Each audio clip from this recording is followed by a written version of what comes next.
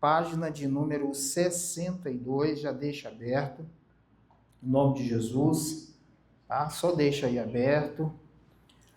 E hoje o nosso tema está aqui, ó.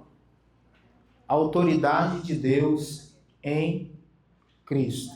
Amém? A autoridade de Deus em Cristo. Tá? Só deixa aberta aí a sua apostila. E tem uma pergunta aqui para nós, o seguinte: se Deus é a fonte da autoridade, como isso se torna visível na terra? Né? Se Deus é a fonte da autoridade, como isso se torna visível na terra? Né? Toda autoridade, é importante vocês saberem disso, que toda autoridade, ela é revelada em Jesus. Primeiro ponto que nós precisamos ter em mente, ter esse entendimento, é que toda autoridade, ela é revelada em Jesus. Nenhum outro ser, tá? Nenhum outro ser possui mais autoridade que Jesus. Ninguém. Nenhum outro ser possui mais autoridade que Jesus. Existem aqui uns mitos sobre Jesus, né, que muitos carregam. Jesus veio só ensinar valores morais?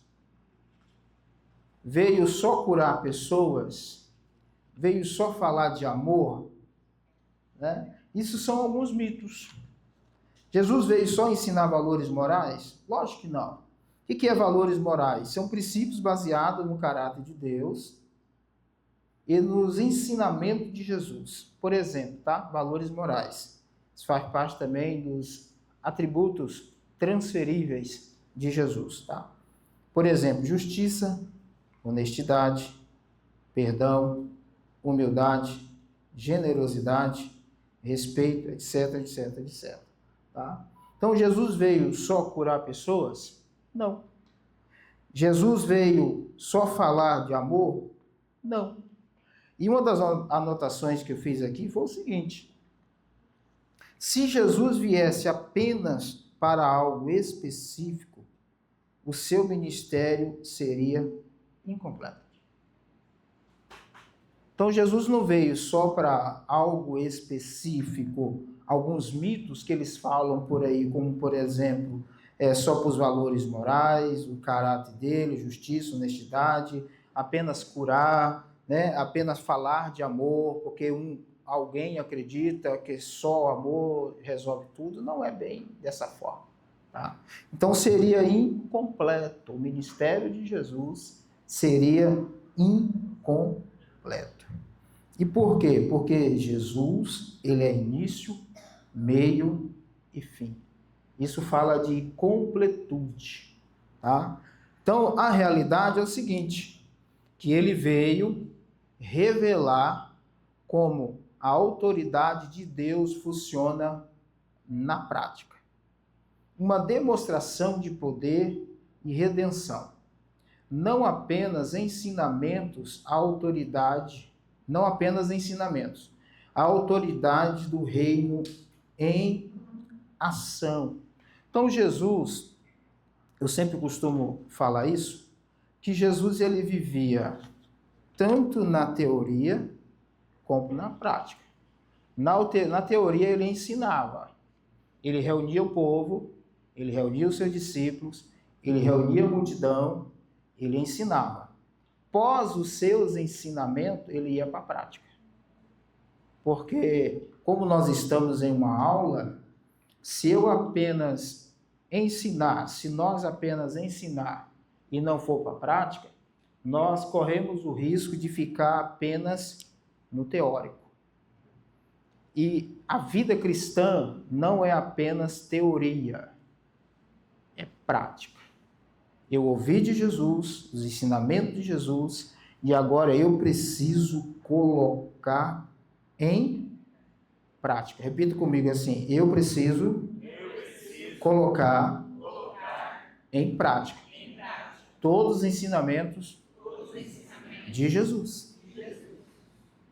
Amém? Amém? Precisamos colocar em prática, porque isso vai falar da autoridade do reino de Deus, vai falar do seu governo. E por que isso? Né? Se você analisar aí, Jesus aproximando-se, falou-lhes dizendo: toda a autoridade me foi dada no céu e na terra. Então existe aqui parcial? A autoridade de Jesus foi parcial? Não. Foi limitada? Não, também não. Então a autoridade de Jesus, ela foi total. E por que que a autoridade de Jesus, ela foi total? Aonde eu li aí, já está na sua apostila, tá? Na página 62 aí, que Jesus, como Filho de Deus, possui toda a autoridade nos céus e na terra. E diante dessa autoridade, estou lendo a apostila, ele curava, perdoava pecados, expulsava demônios, tudo por meio da autoridade divina. Aí onde entra o versículo que nós lemos, que toda a autoridade foi dada no céu e na terra a Jesus. Não é parcial, não é limitada, mas é na sua totalidade. Agora você que estiver fazendo alguma anotação aí, e por que tudo consiste em Jesus? Apocalipse 22, versículo de número 13, só para quem está anotando, não está na sua apostila, só para que a gente abra um pouco mais a nossa mente, o nosso campo de entendimento, a gente amplia esse campo de entendimento. Apocalipse 22, 13, quem achou aí? Apocalipse 22, versículo de número 13. Achou? Vou chamar alguém para fazer essa leitura aqui. Amém? Quem achou? 1, 2, 3. Vamos! Perca a timidez. Quem vai vir aí? 22. Apocalipse 22, versículo de número 13. Amém. Amém? Vem cá, Pedrão. Apocalipse 22, 13.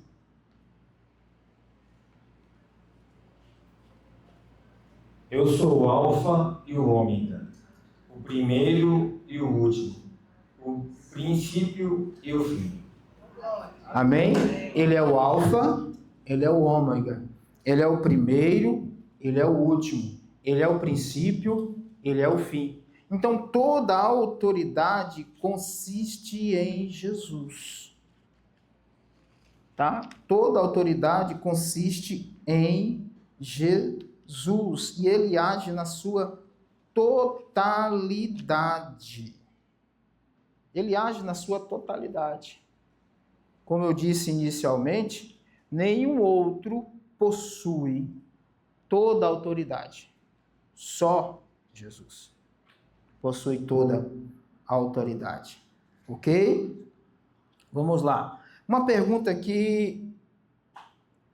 pergunta aleatória no meio do caminho, na sua trajetória, né? Na nossa trajetória. Aí pense mesmo. Qual foi a última vez que você tentou resolver um problema gigante só na força do grito? Pensa aí. Pensou? 1, 2, às vezes não precisa nem 2, 3 segundos, né? Já pensa de imediato, né? Qual foi a última vez que você tentou resolver um problema gigantesco na força do grito? Qual foi o resultado final? Acabou sem voz e sem resultado. A autoridade, acho que vou falar sem microfone, eu vou ficar melhor. A autoridade, dá para ouvir bem? Muito bem, prefiro assim. A autoridade, ela não se resume na força do grito. Porque há quem pense que o sinônimo de autoridade é a voz alta, é se impor com uma voz de trovão. Resultado está ali. Tentou na força do grito, acabou sem voz e o resultado zero. Não é na força do grito, não é na entonação da voz que nós vamos ter resultado de uma autoridade. Quem pensa assim dessa forma, engana a si próprio. Porque para o mundo aí fora, quanto mais grito, mais autoridade, né? De forma alguma. Para nós que somos cristãos, para nós que conhecemos a Cristo e vivemos por Ele e pela Sua palavra, não se resolve na força do grito. Ela se resolve a partir do momento quando você consiste toda a autoridade confiando em Cristo, porque nele consiste toda a autoridade. Então, se você está em Cristo, isso é bom, né? Se você está em Cristo, automaticamente você possui autoridade. Automaticamente, quem está em Cristo aqui? Então a autoridade já está em você. E essa autoridade, ela é delegada, assim como Deus delegou uma autoridade a Cristo, isso é muito bom, tá? Assim como Deus delegou uma autoridade a Cristo, Cristo delegou uma autoridade a você. Em que sentido? Lembra do texto bíblico? Isso aqui não está na apostila, mas é conteúdo de aula e a gente é movido por Deus e pelo Espírito para trazer um entendimento bem claro na questão de autoridade. E como que Cristo delegou uma autoridade a você? Cristo diz assim, que depois que todo o poder no céu e na terra foi dado a ele, agora Jesus vai passar esse poder e autoridade também a nós. Vai dizer assim: eis que vos dou poder e autoridade. Então é uma autoridade delegada primeiramente de Deus, nós vamos aprender um pouquinho mais para frente, a Cristo, e Cristo ele vem e delega essa autoridade a você. Mas a autoridade que Cristo delegou a você não é na força do seu grito.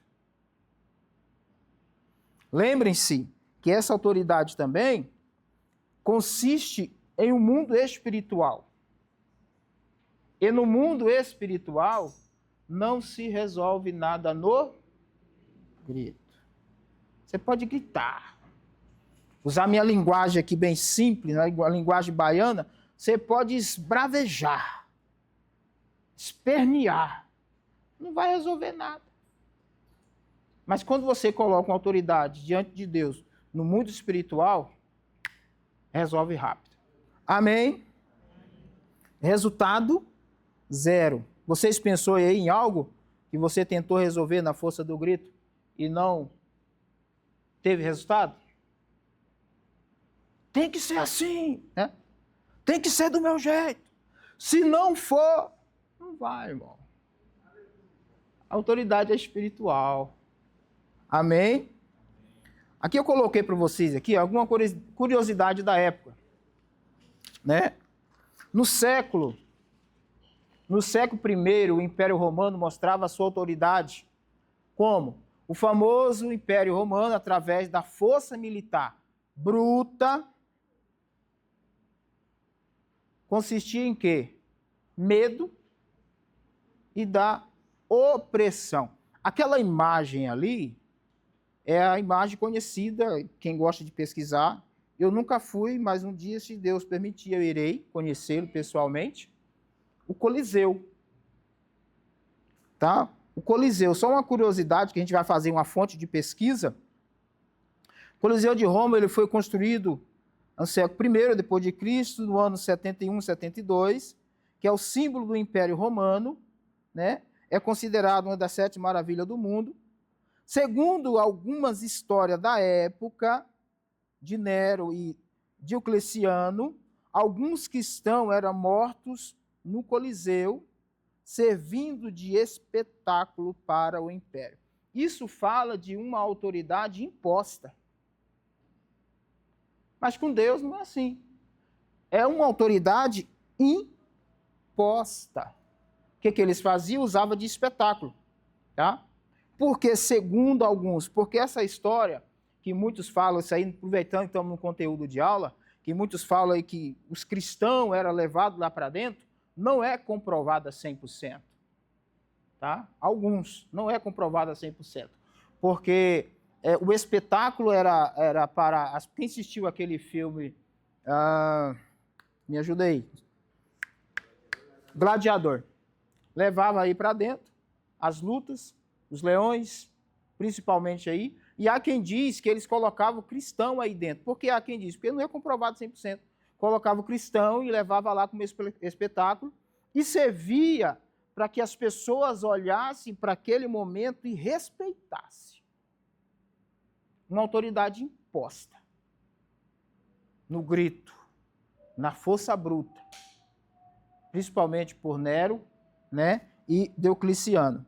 Mas o que nos chama a atenção é que Jesus, ele vai chocar a todos, porque sua autoridade não precisava de espadas ou exércitos. Ele governava apenas com sua palavra. Se você tiver ou mantiver a palavra de Cristo em você, já é o suficiente para que você tenha autoridade no mundo espiritual. Já é o suficiente. É conservar a palavra de Cristo em você, tá? Então Jesus governava apenas com uma palavra.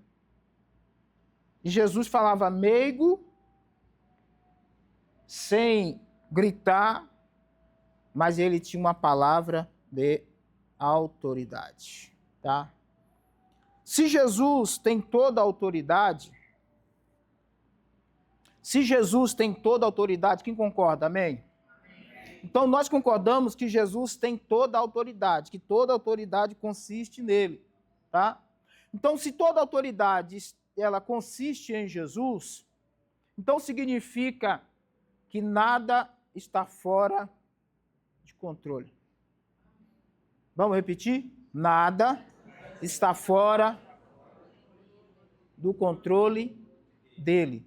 Segundo, nenhuma força espiritual resiste a ele. Terceiro, nenhuma situação é maior que ele. Então, mesmo no conteúdo de aula, deixa eu trazer para a sua vida, para nossas vidas, para a nossa realidade que nós vivemos hoje. Então, se Jesus tem toda a autoridade e ele tem toda a autoridade, que toda a autoridade consiste nele, então nada está fora do controle dele. Nenhuma força espiritual resiste a ele. Nenhuma situação é maior que ele. E isso inclui a sua vida. Isso inclui a nossa vida. Amém? Nada consiste. Ok? Vamos lá. Continuando aqui, Jesus ele não explicava. Ele demonstrava. Demonstrava como? Para quem estiver fazendo anotação aí, eu fiz alguma anotação que às vezes fica um pouco vago ali, mas dá para nós entendermos muito bem, tá? Jesus não explicava, ele demonstrava, tá? Eu vou mudar ali, não apenas explicava, ele apenas não ficava na explicação, na teoria, mas ele ia para a prática. Se Jesus falava de doença, o que eles faziam? Curava. Se Jesus falava sobre a força da natureza, a natureza tinha que submeter-se a ele. Por exemplo, se Jesus ele falava sobre os poderes sobre os demônios tinham que obedecer a ele. Tá? Um outro exemplo, se Jesus falava de pecado, ele tinha poder para perdoar todos os pecados. Por quê? Porque tudo respondia à sua voz. Para quem está anotando, eu fiz a anotação aqui, na imagem primeira, como por exemplo, Jesus ele tinha tinha autoridade sobre todas as doenças. Exemplo bíblico, Lucas capítulo 4, versículo número 4.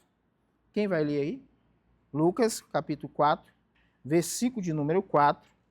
Diz que toda a autoridade, ou melhor, que ele curou a todos. Vamos lá, gente. Quem quer ler aí? Vamos participar da aula. Lucas capítulo 4, versículo de número 4. Quem achou? Por favor, pode vir. Fica aqui de frente aqui para nós aqui. Próximo é você, tá? Deixa próximo. Lucas capítulo 4, versículo de número 4. Mas Jesus lhe respondeu: está escrito, o homem não deve viver somente de Lucas pão. 4? Capítulo 4, 4 e 4? É isso mesmo? Fiz anotação errada. Como? Lucas 4. Que ele curou a todos? Então eu anotei algo aqui fora da curva. A mente nossa falha, tá? Eu vou achar aqui, irmão, tá? Tá, obrigado. A gente lê uma coisa e acaba anotando outra. É normal, gente. É normal. Acha aí, Pedro, para nós aí, Lucas, que Jesus curou a todos. Enquanto isso, nós vamos para o próximo passo, mas nós vamos falar isso. Lucas 4, 35, Jesus repreendeu, tá, os demônios. Lucas 4, 35.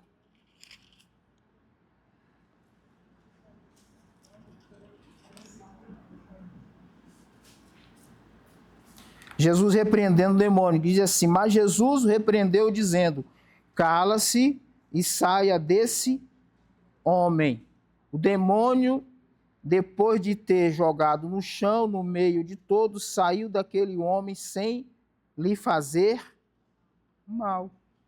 Então Jesus ele falava sobre os demônios, o demônio tinha que obedecê-lo. Jesus falava sobre pecado e ele tinha o poder de perdoar todos os pecados. Marcos, capítulo de número 2, versículo de número 5. Marcos, capítulo número 2, versículo de número 5. Quem vai ler aqui? Marcos 2, versículo de número 5.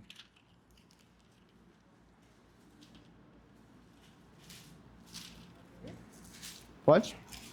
E Jesus, vendo a fé deles, disse ao paralítico: filho, perdoados estão os teus pecados. Então Jesus ele tinha poder de perdoar os seus pecados. Então Jesus falava de pecado e perdoava pecados. Tá? Jesus ele tinha poder também sobre a natureza. Você lembra do texto bíblico que os discípulos estavam enfrentando uma tempestade? Isso aqui eu não anotei, não precisa anotar.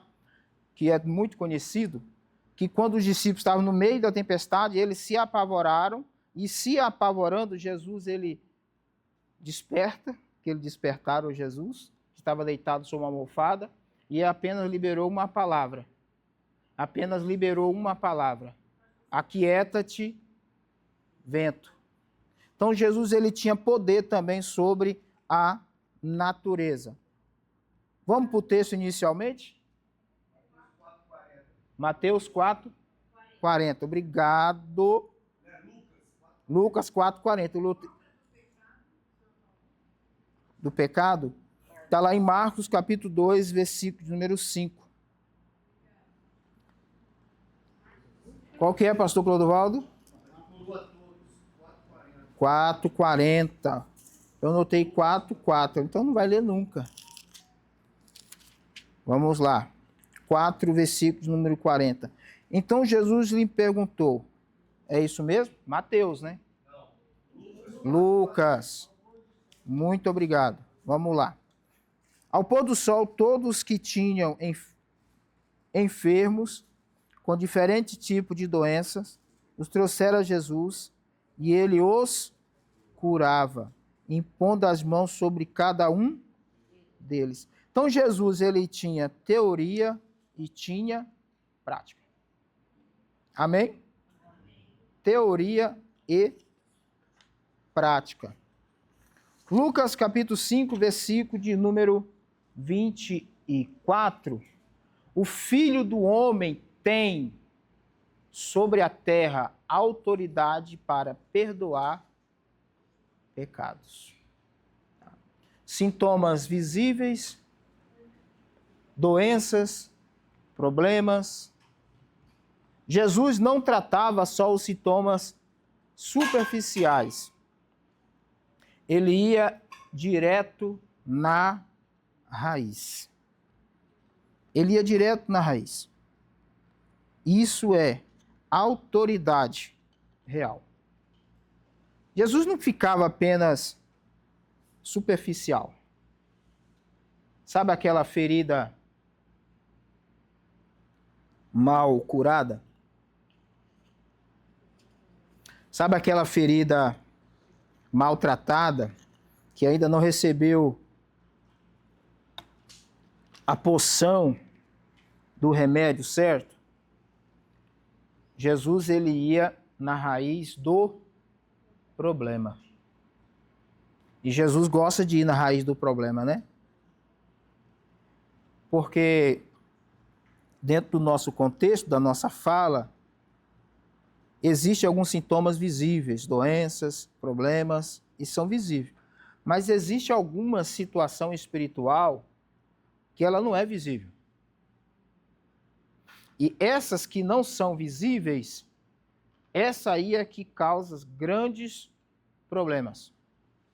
Mas essas que causam grandes problemas, Jesus também vai lá na raiz do problema. Às vezes, nós queremos tratar apenas superficial, mas não queremos ir na raiz do problema. A raiz do problema é a chave da sua vitória. Quando ele é tratado, a vitória vem em nome de Jesus. Amém? Vamos lá. Outra pergunta aqui aleatória. Responde para você, que isso é perigoso. Você costuma julgar a autoridade de alguém pelo tom de voz grosso?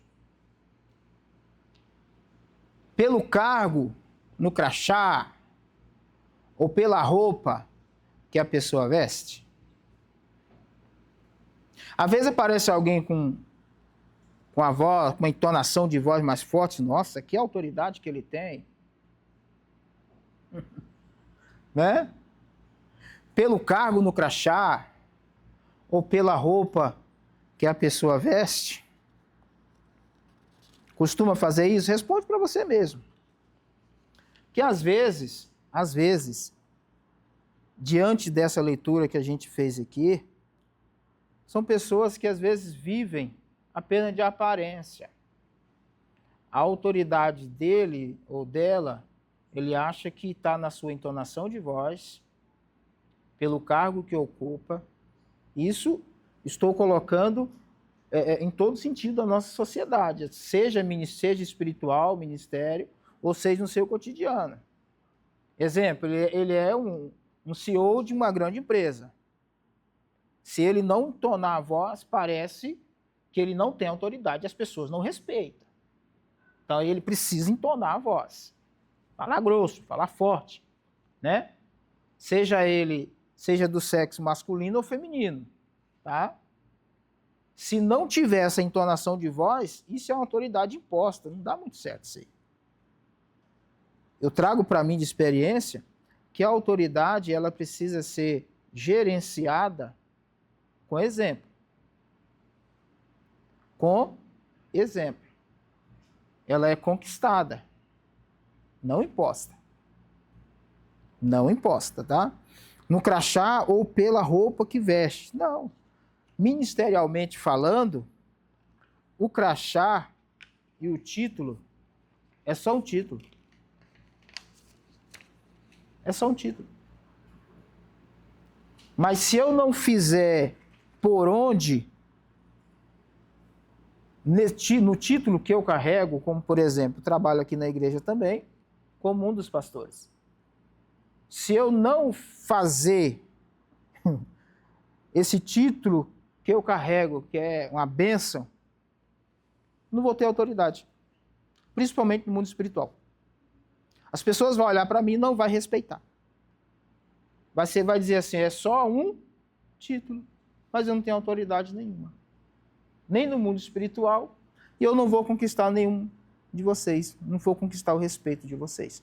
Então a autoridade não pode ser imposta pelo tom de voz. Amém? A aparência. A aparência. A aparência. Muitos querem autoridade. Sim ou não? Sim. Quem não gosta de ser uma autoridade? Seja aqui no espiritual, seja no mundo secular. Autoridade. Mas em relação ao espiritual, muitos querem autoridade. Sem oração, sem a palavra, sem submissão. A autoridade espiritual não está no tom de voz, na aparência ou no cargo. Isso gera apenas estética, não poder. Então, se eu quero, desejo para a minha vida a autoridade, primeiro ponto que nós precisamos aqui, eu pontuei 3. Primeiro, eu preciso nutrir uma vida de oração. Eu preciso me encher de oração. Eu preciso orar. Porque se eu não tiver uma vida de oração, eu não vou ter autoridade no mundo espiritual. Não está aqui na nossa apostila, mas eu me recordo de um texto bíblico, também não me recordo onde está, mas vocês devem conhecer muito bem, que alguém estava lá fazendo a obra e alguém achou bonito, achou lindo, e foi lá tentar expulsar um demônio. Lembra? O que aconteceu? Eu vou lá em nome do Deus de Paulo. Beleza, assim, mas eu conheço, Paulo, sei quem que é o Deus dele, mas você quem que é? Que autoridade que você tem? Resultado, fugiu. Então eu preciso ter uma vida de oração. E falando de oração, estou no meu tempo aqui ainda, e falando de oração, esse tipo de oração que eu estou falando aqui, não é uma oração que eu vou chegar e dizer, Jesus, cheguei, amém, glória a Deus. Essa oração é uma oração diária, constante. Só para vocês entenderem. Vocês sabiam que os estudiosos de oração fizeram pesquisas baseado no fato bíblico que Jesus, quando ele foi para o Getsêmani, ele falou para os discípulos, Pedro, Tiago e João, dizia assim, vamos ali orar comigo? E ele se afasta. Quando ele retorna, o discípulo, ele vê que o discípulo estava dormindo. Todos nós lembramos desse texto.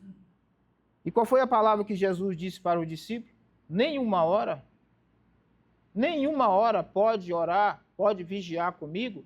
Então, baseado nesse texto bíblico, está lá em Marcos, capítulo 14, a partir do versículo de número 32, se você quiser fazer a anotação, quando Jesus vai para o Getsêmani, baseado nessa fala de Jesus, os historiadores, pesquisadores, dos homens de oração, mulher de oração, no mínimo, você precisa de 1 hora. E por que você precisa, nós precisamos de 1 hora de oração? Para que a gente saia do plano, isso é muito importante, para que a gente saia do plano natural, é o que nós chamamos de um plano carnal, porque ninguém começa a orar no Espírito. Todo mundo começa a orar na carne. Calma, eu explico, não assusta não. Não é que você é carnal, vou explicar. Não levante a mão. Mas a grande maioria, não generalizando, quase que 99%, começa a oração, daqui a pouco começa com uma palavra, daqui a pouco vem outra, a mente vagueia em uma situação, a mente vagueia em outra, de repente você começa a orar pelo filho, você não está orando pelo filho mais, você já pensa numa conta, aí você não está pensando numa conta a mais, você já está pensando num problema no trabalho, isso em 5, 10 minutos, a sua mente está vagueando. Está vagueando em várias situações.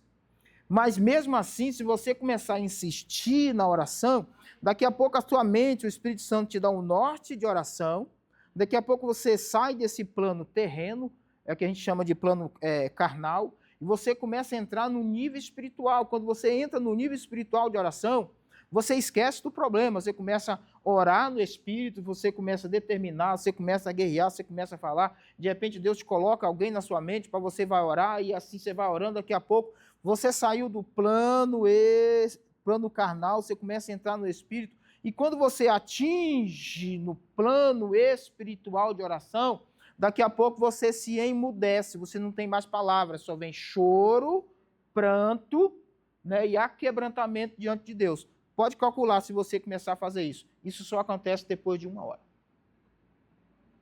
Então, para que eu consiga essa autoridade espiritual, eu preciso nutrir uma vida de oração. Segundo ponto, eu preciso ter palavra, eu preciso fazer o que vocês estão fazendo aqui, aprendendo a palavra, lendo a palavra, vivendo a palavra. E terceiro, ser submisso, viver em submissão. Amém? Vamos lá. A realidade está na conexão íntima com Deus. A verdadeira autoridade flui de quem você conhece em secreto. Lembra do texto bíblico? Que Jesus é a oração modelo, Mateus capítulo número 6. Você precisa entrar dentro do seu quarto e orar em secreto com o Pai. É lá no secreto que você busca essa autoridade. E quando você busca autoridade no secreto, o texto bíblico diz, acho que está lá no versículo de número 12, 14, o texto diz que depois ele te revela você em público. Mas a autoridade se conquista no secreto. É no secreto que Deus te conhece. É quando você faz tudo no secreto que Deus te revela em público. Vamos lá. A Bíblia não é... Vamos lá. É em 2 Timóteo 3,16, diz o seguinte, que toda a Escritura é inspirada por Deus. Tá? Não é um livro de autoajuda. Não tenha a Bíblia como livro de autoajuda. Hoje eu estou triste, eu vou ler a Bíblia. Hoje eu estou angustiado e vou ver o que é que Deus tem para falar comigo. Não tenha a Bíblia apenas como alguns de outras religiões, que deixa ela aberta, no Salmo 23, Salmo 91, e as páginas permanecem amarelas. Ela está aberta lá, mas não lê. Você sabia que a Bíblia é um dos livros mais vendidos no mundo? Porém, é o menos lido. Tá? Não tem a Bíblia com um livro de autoajuda. A Bíblia não é um livro de opiniões ou conselhos antigos. É a voz viva da autoridade de Deus em ação. Curiosidade da época. Os escribas e fariseus ensinavam sempre citando outros rabinos para validar suas falas. Como disse o rabino fulano, beltrano e assim por diante. Jesus ensinava dizendo, eu, porém, vos digo. Aí a anotação, tá? A galera ficava chocada, o povo ficava chocado, porque ele falava com autoridade própria. Ele não precisava de referência bibliográficas, ele era a própria fonte. Amém? O ajuste essencial para que serve? Ajuste essencial. Para que serve a autoridade? Uma pergunta. O que não é? O que não é ego? Controlar e manipular pessoas? Que autoridade para quê? Para controlar pessoas? Manipular pessoas? A gente sabe que tem alguns líderes assim, né? Em todo segmento. Impor força de cima para baixo? Você tem que me obedecer. Aparecer e ganhar status? Ou não vamos entrar nesse mérito. O que é reino? Autoridade, tá? Vencer o mal e a opressão. Servir pessoas, levantar os caídos. Cumprir o propósito de Deus. Então, por que você quer autoridade? Por que nós precisamos de autoridade? Para cumprir o propósito de Deus, servir as pessoas, levantar os caídos, vencer o mal e a opressão. Jesus não apenas possui toda a autoridade. Ele libera essa autoridade para quem anda com ele. Tá? Quem anda com Jesus vive debaixo da autoridade dele e carrega a autoridade dele.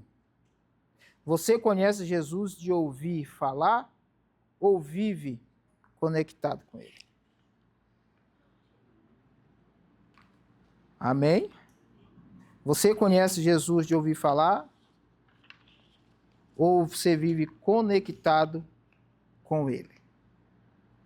Nós precisamos ter isso em mente. Conhecer Jesus só de ouvir falar? Eu ouvi falar de Jesus, eu conheço.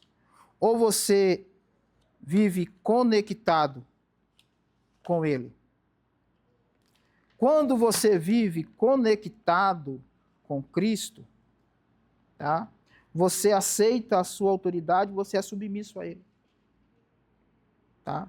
Submissão à autoridade. Vamos para a página da nossa apostila?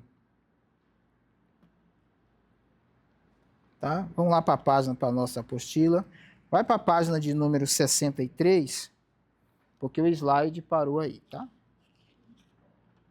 Página de número 63, diz assim: submissão à autoridade de Deus é a obediência e reverência àqueles que submetem a Ele, vive sob bênção e direção segura. Tiago, capítulo de número 4, versículo de número 7, diz assim: sujeitai-vos, completa aí, sujeitai-vos, pois a resistir ao, e ele fugirá de vós. Tá? Se quiseres e me ouvirdes, comereis o melhor dessa terra. Está lá em Isaías, capítulo 1, versículo de número 19.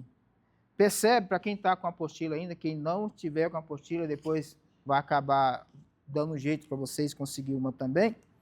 Se quiseres, ou seja, isso é opcional. Isso é opcional. Se quiseres e me ouvirdes, comereis o melhor dessa terra. Continuando na nossa apostila, a autoridade de Deus é suprema, imutável e perfeita. Quando conhecemos e nos submetemos à autoridade, vivemos alinhado com o propósito eterno e experimentamos o verdadeiro reino de Deus. O que é o reino de Deus? O governo dele. Quando você está se submetendo à autoridade de Deus, você passa a viver o reino dele. Você passa a viver o governo dele. Como filhos, somos chamados a viver sob essa autoridade e também a manifestá-la com temor, sabedoria e amor. Quando você vive sobre a autoridade de Jesus, a submissão dele, Romanos 11:36. Quem está anotando? Quem quer ler esse versículo aqui? Romanos 11:36. É um texto muito conhecido. Quem achou, fica em pé e lê para nós, por favor. Romanos 11:36. Pode ler. Porque dele, e por meio dele, e para ele, são todas as coisas. A ele seja a glória para sempre. Amém. Você entendeu isso? A profundidade desse texto? Quando você vive sobre o governo de Deus, tá? Você vai dizer assim, ó, a minha casa é dele, a minha família é dele, eu sou dele. É ele quem governa a minha vida, é ele quem governa a minha vontade, é ele que governa o meu desejo, é ele quem governa a minha família. E como filho, precisamos entender e dizer, Pai, governa tudo em mim. Isso é submissão. Página de número 64. Estamos quase indo para o final já. É apenas 1 hora. Página de número 64. Página de número 64. Diz que a Trindade como modelo e submissão. Que diz assim: a Trindade como modelo de submissão e autoridade. A Trindade nos mostra um modelo divino e harmônico de autoridade e submissão. O Pai, o Filho e o Espírito Santo operam em perfeita unidade e cooperação, sem rivalidade ou imposição. João 5, versículo de número 19. João 5, versículo 19 diz assim: o Filho nada pode fazer de si mesmo, senão aquilo que vê fazer o Pai. Em 1 Coríntios 15, versículo de número 28. 1 Coríntios 15, versículo número 28. Quando todas as coisas lhe estiverem sujeitas, então o próprio Filho se sujeitará àquele que todas as coisas lhe sujeitou. Tá? A submissão não diminui ninguém. Ao contrário, é uma demonstração de maturidade espiritual. Jesus se submeteu ao Pai e por isso foi exaltado acima de todo nome. Tem pessoas que acham que viver em submissão está diminuindo. De forma alguma. Achem para nós aí, fazer questão que vocês leem isso, por gentileza, não está a apostila, mas anotem aí, por favor. Efésios capítulo 5, versículo de número 21. Efésios capítulo 5, versículo de número 21. Efésios 5, 21. Quem achou, fique em pé e leia para nós, por favor.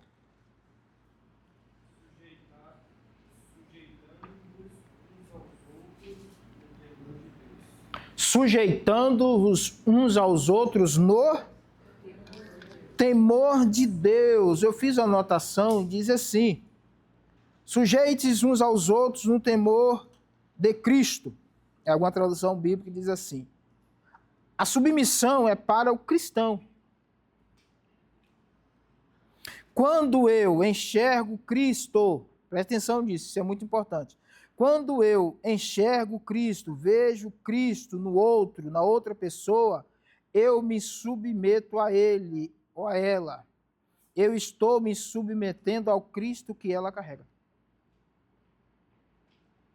Quando eu vejo Cristo em você, eu não vou ter problema de ser submisso a você. Agora, quando eu olho em você e eu não vejo Cristo em você, eu não vou me submeter a você. Mas quando eu olho para você e vejo Cristo em você, eu vou me sujeitar a você. Porque fazendo isso, eu estou me sujeitando a Cristo. Então vai ser fácil andar em submissão. fácil andar em submissão. É eu olhar para você, é ver Cristo em você e me submeter ao mesmo tempo a Cristo e à sua autoridade. Amém? Quando falamos da Trindade, Pai, Filho e Espírito Santo, estamos pontuando que esses três trabalham em equipe, de forma harmoniosa, com a mesma intencionalidade, com o mesmo propósito, fazendo com que os três sejam um. Os três trabalham no mesmo propósito. Quem já ouviu falar Deus Pai, Filho e Espírito Santo? Três em um. Então os três trabalham com o mesmo propósito. Trabalham em equipe. Porque quando falamos da Trindade, nós estamos falando justamente isso. Que eles trabalham de forma harmoniosa. Porque quando nós andamos em submissão, nós estamos com a mesma intencionalidade, nós estamos com o mesmo propósito. Eu vou olhar em você e dizer assim, vamos trabalhar junto?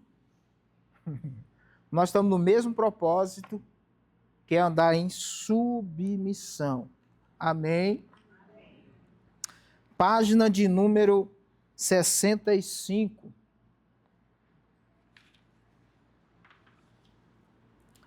A Trindade é só Deus em três pessoas.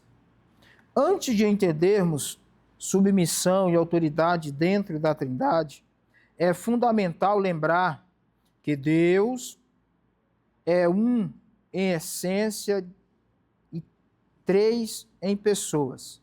Deus Pai, Deus Filho, que é Cristo, e Deus Espírito Santo. Eles são iguais em natureza, eternidade, glória e divindade, mas opera com funções distintas, em perfeita harmonia.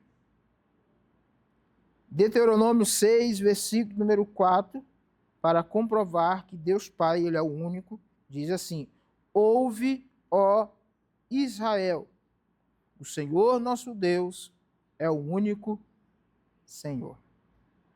A autoridade do Pai é apresentado como a fonte e a origem de todas as coisas. Ele envia o Filho e o Espírito Santo. João 3,16.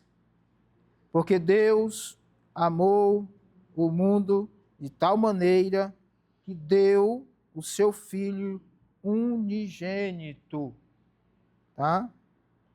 O Pai que me enviou é maior que todos. Quem está falando isso? Jesus, em João, capítulo 10, versículo de número 29. Deus é um que opera em todos, pois Ele é único. E como Deus ele é único, Deus Pai, Filho e Espírito Santo, trabalha em comum, mas tem Deus como único Senhor, e Cristo andou em obediência, andou em submissão ao seu Pai. Lembra do texto bíblico que está lá em Filipenses, capítulo 2, do 5 até o versículo número 11, que ele não teve por usurpação ser igual a Deus, mas, Efésios, capítulo 5, do versículo 5 ao versículo 11, diz que nós precisamos ter o mesmo sentimento que houve também em Cristo Jesus, que não teve por usurpação ser igual a Deus, mas aniquilou-se a si mesmo, tomando forma de servo, e o texto vai seguir dizendo, e no final ele vai dizer que ele foi obediente até a morte, e morte de cruz. Isso fala de submissão ao Pai. Submissão não é uma exposição forçada, mas um ato voluntário de amor e unidade. Exemplo dessa submissão fez com que Jesus chegasse até a cruz. A submissão voluntária do Filho, página 66, diz assim: Jesus, embora sendo Deus, esvaziou-se e se submeteu ao Pai com humildade e obediência perfeita, não por inferioridade, mas por amor e missão. Eu acabei de citar o texto para vocês. Embora sendo Deus, não considerou ser igual a Deus. Era algo a que devia apegar-se, mas esvaziou-se a si mesmo. Quem vive em submissão à autoridade não tem apego. Não tem. Diz o texto em João 6,38: desci do céu, não para fazer minha vontade, mas a vontade daquele que me enviou. O Espírito Santo, submissão no envio e exaltação do Filho. O Espírito Santo também se submete à autoridade do Pai e do Filho. Sua função é glorificar o Filho e conduzir a igreja em toda a verdade. Página 67 e final da aula. O apóstolo Paulo diz o seguinte: sejam meus imitadores, como eu sou de Cristo. Paulo está dizendo para a igreja de Corinto: eu me submeto a Cristo e a sua vontade, eu sou submisso a Ele, e dele está dizendo para a igreja de Corinto: imite a mim, e vocês estarão imitando a Cristo. Marido, amai vossas mulheres, como também Cristo amou a igreja, Efésios 5, 25. Mulheres, sede submissos ao vosso marido como ao Senhor. Obedecei aos vossos pastores, sede submissos para com eles. A Trindade nos revela que submissão não é fraqueza. Quem tem a apostila aí, grifa aí, ó. Submissão não é fraqueza. Só se submetem à submissão, à autoridade, quem é forte. Aqui, ó. Não vai afetar. Eu não tenho problema nenhum ser submisso. Vocês sabiam, dentro desse contexto, às vezes, você se submete à autoridade, estou falando no termo tanto espiritual como também não espiritual. Às vezes você se submete mesmo não querendo. Mas como você é submisso e obediente, você acaba se submetendo. Submissão não é fraqueza, é força controlada. Autoridade não é dominação, é responsabilidade amorosa. A unidade é construída na diversidade de funções. Viver segundo este modelo é manifestar o caráter de Deus na terra. Refere-se à manifestação dos atributos morais e de essência divina: amor, justiça, santidade, fidelidade, misericórdia, bondade, etc, etc. Amém? Que Deus abençoe a todos.